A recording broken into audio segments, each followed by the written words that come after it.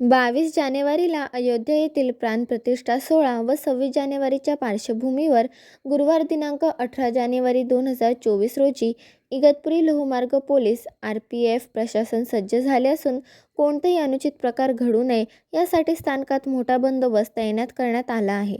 येणाऱ्या प्रत्येक गाडीवर आणि प्रवाशांवर करडी नजर राहणार असून जागोजागी प्रवाशांची तपासणी होणार आहे.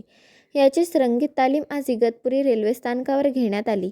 यात लोहमार्ग पोलीस इगतपुरी, RPF, दहशतवाद विरोधी पथक, इगतपुरी अग्निशमन दल, ग्रामीण रुग्णालय, डॉग स्क्वॉड यांनी